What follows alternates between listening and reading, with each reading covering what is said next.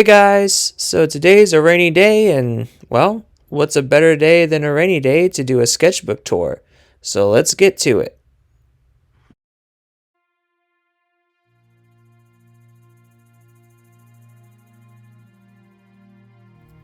Okay, so I have two older brothers, and my oldest brother is our DM for our D&D games. He's the one who got us into it, and he's a really good DM.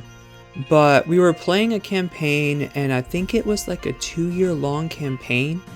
And he started getting kind of tired of being the DM and wanted to play. So my second brother, he took over as a DM, and he started this new adventure for the same characters. This way we could all just come to the table with the characters we already had, and my oldest brother could introduce his new character into our team. This place that we went to in this adventure had a lot of these things called marigoats. So the most interesting thing about the marigoat is that their wool conducts an electrical charge. So you can imagine all the interesting situations you can get in when you have a bunch of these in the same area together. So when we play D&D, a lot of times I like to trick my brothers up whenever they're DMing and ask them the name of random NPCs and like ask for details about them or like that kind of thing, and just to keep them on their toes. And I like that kind of lore stuff too. And most of the time, honestly, my brothers, when they DM, have that already planned, and it was even before I started doing that because we're very intricate world builders. But in this case with the marigoat, I had asked him, I was like, oh, what are they called? And I don't think he had come up with what they were actually called. The house we played D&D at was our friend's house, and he had a piano in the corner near the table that we played at. And my brother had looked over at that piano and saw that the brand of the piano was like Maryland or something like that. And he was like, oh yeah, they're marigoats. And he ended up telling us afterwards that that's how he came up with the name, and I just thought that was so funny.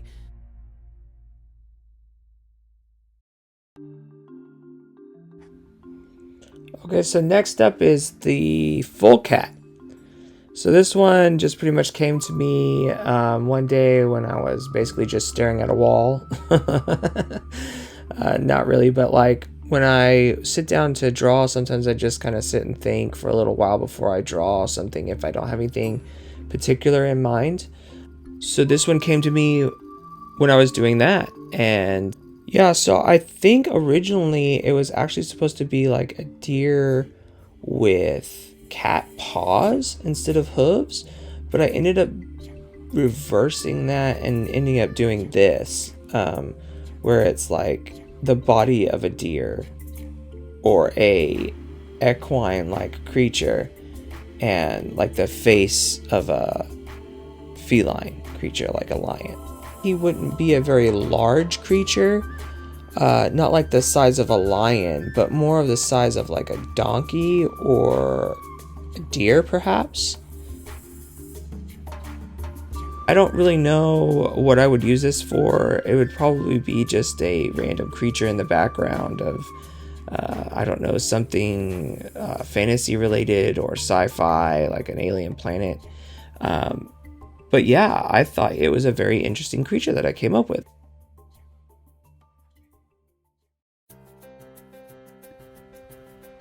Okay, lastly, but definitely not least, is the mushroom.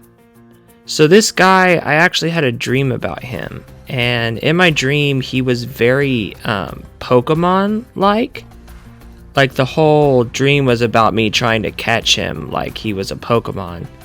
Like the art style was very Pokemon anime style in my dream. Yeah, so I woke up and I just had to draw this guy. And when I drew him, I decided to do a more realistic style. Kind of make it more my own than just a Pokemon or what they call as a Fakeamon. That's when people create their own versions of Pokemon or whatever. I wanted him to kind of stand out and stand alone and not be fully associated with Pokemon and that trend. So yeah, I would imagine if he was a Pokemon, he'd probably be like a ground type / poison. I don't know a whole lot about Pokemon. I never really played the games, and I mostly just watched the anime, so I don't know a whole lot about the mechanics of Pokemon, but I would assume those would be the two typings that he would have. But yeah, I dreamt this guy up, literally, and I think he looks awesome. What do you guys think?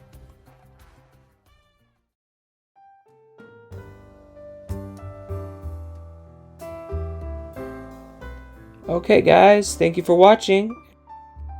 Remember, the number one rule of life is don't die. Toodles. There's an Eggie. She laid a little eggies. And she made a beautiful nest right in front of her mirror, too.